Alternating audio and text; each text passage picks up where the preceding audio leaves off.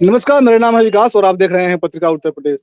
इस वक्त हम मौजूद हैं अमेठी में और हमारे साथ अमेठी की जनता मौजूद है।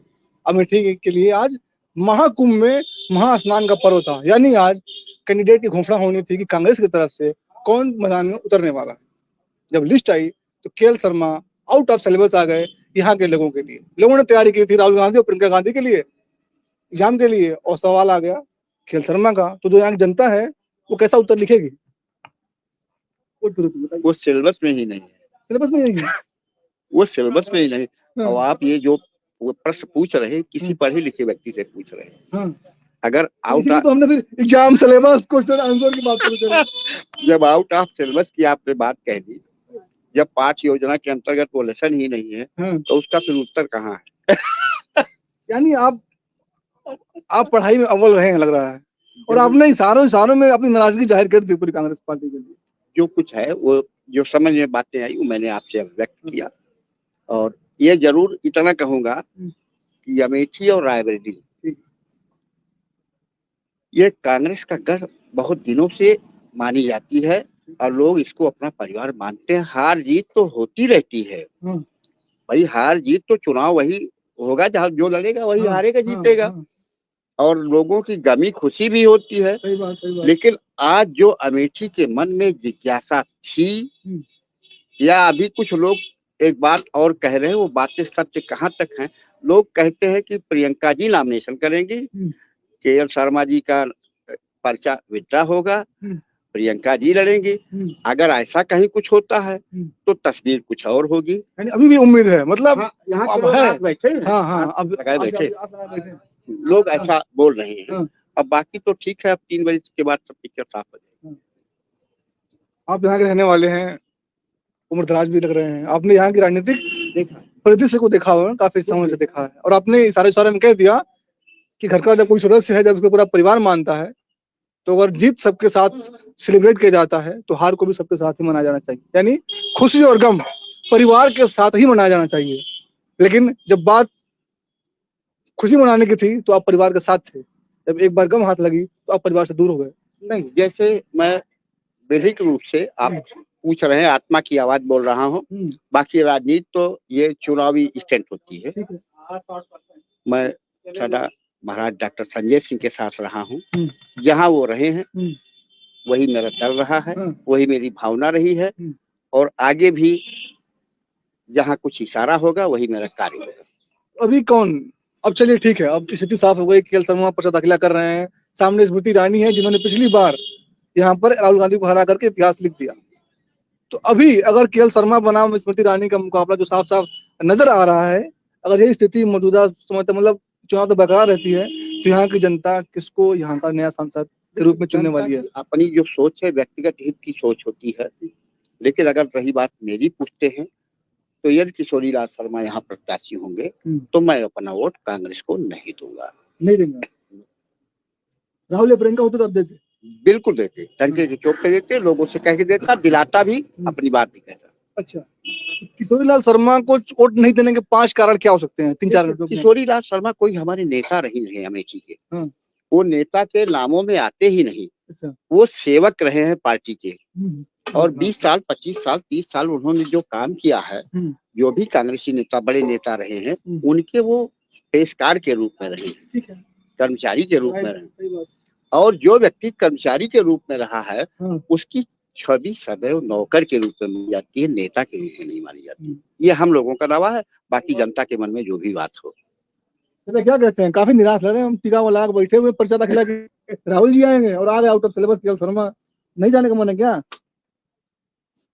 हम कुछ नहीं कह सकते। गुस्से में नहीं कर रहे कि नाराजगी में नहीं कर रहे? नहीं, हमसे कोई नाराजगी कोई आपकी? मैं नहीं कह सकता हूँ कुछ। नहीं, मन की बात बोलिए, मन की बात बोलिए, भय मत खाइए। प्रधानमंत्री जी मन की बात कहते हैं, जनता तो मन की बात कह सकती है।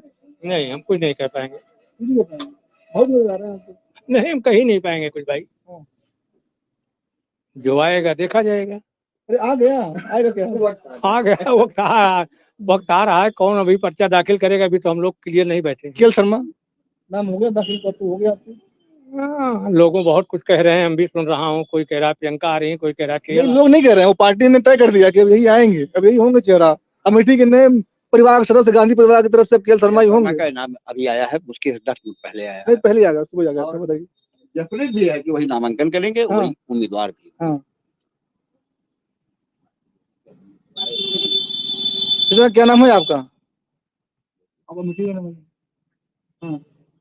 आप तो इससे झोला उठा के चल दिए हैं। हमें कहते हैं कि कुछ लोग झोला उठा के चल देंगे, तो आप तो नहीं निकल गए यहाँ से। हम कहते हैं कुछ नहीं कर पाएंगे, कुछ नहीं बचा ही नहीं है। खत्म, टाटा बाबा फिनिश। चलिए बाकी लोगों से बात करते हैं, उधर भी खड़े हैं, थोड़ा सा उनसे बातचीत कर ली जाए, थोड़ा उनके भी रुझानों को जान लिया जाए। ये चाय के साथ में है, सुबह से पहली चाय है ये। चाचा भी हम क्या क्या नहीं बता पाएंगे, कह रहे दुकान वाले हम बता पाएंगे तो कल से हमारा लाइसेंस कैंसिल हो जाएगा, इस बात का डर भी है इनको। क्या नाम है भैया आपका? राजेश। राजेश जी। किसको कौन सी? क्या करें, जब राहुल गांधी अमेठी की जनता को ठुकरा दिए तो हम सब भी कांग्रेस को ठुकरा देंगे। इतना गुस्सा, इतनी नाराजगी, और क्या। यहाँ एक बार हार गए, उसके बाद दोबारा अमेठी का नाम पर हट गए, रायबरेली चले गए, यहाँ से केएल शर्मा को दे रहे हैं। क्या करेंगे हम सब? वो कह रहे हैं केएल शर्मा भी हमारे परिवार के सदस्य हैं। होंगे उनके परिवार के सदस्य, उनको हम जानते ही नहीं है। हम तो जानते थे राहुल और प्रियंका को, सोनिया राजू जी को, और क्या है उनके परिवार में, वो कहाँ से पैदा हो गए। यानी अब की बार वोटरों की नाराजगी का फायदा मिलेगा स्मृति ईरानी को? पूरा 100% हो, जो कर रहे हैं वही अपना भोगेंगे। और क्या, अमेठी की जनता के बीच यहाँ का हमें लाइक देख नहीं रहे थे कि अमेठी की जनता कह रही थी कि आप पर्चा दाखिल कीजिए, प्रचार भी नहीं करना है।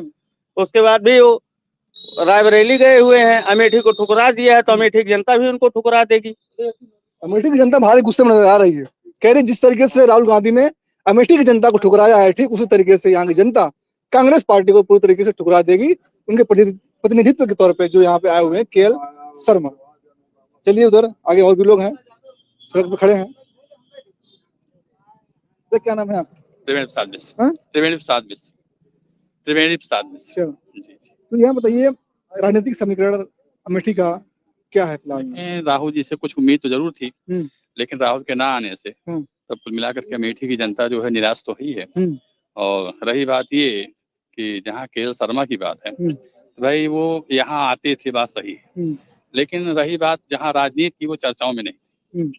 इसलिए अगर कोई व्यक्ति नया आएगा तो उसका प्रभाव उतना जल्दी नहीं पड़ेगा। तो और दूसरी चीज जो आत्मीयता थी पारिवारिक, वो राहुल जी से थी और किसी से नहीं है। इस तरह से राहुल जी ने गलत तो किया ही है अमेठी के साथ, क्योंकि उनकी आत्मीयता जो है हर व्यक्ति के साथ थी और पूरी उम्मीद थी भी कि इस बार जीतेगी जरूर। यानी आप कह रहे हैं, अब थोड़ा सा पीछे आपके कहने के मुताबिक जो हमने जैसे वोटरों से बात करी, तो जैसे ही ये सूचना आई कि यहाँ से राहुल गांधी चुनाव नहीं लड़ रहे हैं, रायबरेली चले गए, और यहाँ से कांग्रेस ने केएल शर्मा को मतदान लड़ा दिया, तो यहाँ से अगर राहुल गांधी चुनाव लड़ते तो कुछ और होता जी, ऐसा उम्मीद था, ऐसी उम्मीद थी। यहाँ से स्मृति ईरानी के लिए चीजें आसान हो गई हैं चुनाव में? अब आसान तो बिल्कुल हो गई है भाई, हम लोग भी उन्हीं की तरफ आएंगे। आप लोग भी स्मृति ईरानी को वोट देंगे? 100% देंगे। नाराजगी में या फिर नहीं, नाराजगी मतलब ये है कि जब पार्टी अपने मन का हर कार्य कर रही है तो हम लोग भी अपने मन का काम करेंगे। ये बात है बिल्कुल सही। अगर पार्टी देखिए, जो यहाँ के वोटर्स हैं, जो यहाँ के कार्यकर्ता हैं, जो उनकी निराशा है पूरी तरीके से वाजिब नजर आती है कि जब पार्टी यहाँ के कार्यकर्ताओं के, यहाँ के लोगों के, यहाँ के वोटरों को मांग को अनसुना करती है, नहीं मानती है, तो फिर जो यहाँ के मौका आने पर, जब मौका आएगा वोट डालने का, डेमोक्रेसी के सबसे बड़े त्योहार में भाग लेने का, तो यहाँ की जनता भी अपने मन के मुताबिक काम करेगी और जहां मन करेगा वहां पे वोट डालेगी और जिसको मन करेगा उसको जिताएगी। बिल्कुल ऐसा ही सही। चलिए एक बुजुर्ग चाचा भी हैं। सर नमस्ते भैया, आप निफ्टी सेंसेक्स देख रहे हैं? हाँ। शेयर मार्केट में काम करते हैं? इन्वेस्टर है? नहीं, हाँ इन्वेस्टर। यहाँ के कांग्रेस ने इन्वेस्ट किया है केएल शर्मा को राजनीति के मैदान में, तो उनके इस इन्वेस्टमेंट को यहाँ की जनता किस तरीके से देखती है? अब जनता के बारे में क्या व्यक्तिगत कहिए, बता दें। बता दीजिए, आप भी तो वोटर हैं। व्यक्तिगत भाई, हम बीजेपी के आदमी हैं, बीजेपी को वोट देंगे, चाहे वो गलत करे चाहे सही, ईमानदारी बात। बिल्कुल आप ईमानदारी बात बता। अब पूछता है आपके क्षेत्र के जो हालात हैं, आप जहाँ के रहने वाले हो, क्षेत्र के हालात हम दरअसल रात को पहुँचते हैं, सवेरे आते हैं, यहाँ गाँव घर कोई हाल चाल नहीं। और राहुल गांधी यहाँ चुनाव लड़ते हैं, अगर मैं एक न्यूट्रल बात हाँ, राहुल गांधी अगर लड़ते तो फाइट में फाइट नहीं रहते, अब मामला तरफा हो गया। राहुल गांधी यहाँ से लड़ते हैं ना तो 75% वोटिंग होती है, अब यहाँ पे वोटिंग 40% भी नहीं होगी। यानी एक तरफ से आप कहना चाहते हैं कि जो कांग्रेस कार्यकर्ता है अगर वो बीजेपी को वोट नहीं देंगे तो वोट डालने नहीं भी जाएंगे, नहीं जाएंगे, राइट। अगर वो कांग्रेस को वोट नहीं देंगे तो वो बीजेपी को भी वोट नहीं दे पाएंगे, तो इससे बढ़िया हम वोट जाए भी नहीं करें, नहीं जाएंगे, ठीक है, फर्क पड़ेगा। यानी वोटिंग परसेंटेज अगर गिरेगा तो इसका फायदा पूरी तरीके से बीजेपी को मिलने वाला है। सही कह रहे हैं आप। आप भी सफेद कुर्ता पैंट पहने हैं, और सफेद कुर्ता पैंट पहना हुआ व्यक्ति हमारे पूर्वांचल में नेता के तौर पर जाना जाता है, जैसे उसकी छवि हमारे आपके सबके मन में है। कोई बात नहीं, है कि नहीं, तो बुरा मत मानिएगा। निराश है, खुश है? पहला सवाल हमको कुछ नहीं मालूम, न निराश है न खुश है। सीएम आप तो ऐसे बजाय जैसे बिया में जैसे बोल देता है कि माता गए पुत्र के आए बोका साव फिरे मुंह भाई। आप तो ऐसे मुंह फुला जैसे बिया में फूफा और मुसा फूफला। सही कहा था। एक सेठ जी थे, उनके एक मुनीम जी थे, और सेठ जी चले गए बाहर सौदा करने के लिए, मुनीम जी को रह गए घर पे, तो फोन करते हैं कि भैया मुनीम जी घर का हाल चाल बताइए। कहे सेठ जी आपकी माता जी मर गई रात को 12 बजे। कहे तो अब कहे सवेरे 5 बजे आपको बेटा हुआ है। तो कहे सेठ जी अब इसमें क्या खुशी है क्या गमी। कहे कि माता गए पुत्र के आए बोका साव फिरे मुंह भाई। आज कांग्रेसी यहाँ का बोका साव हो गया है।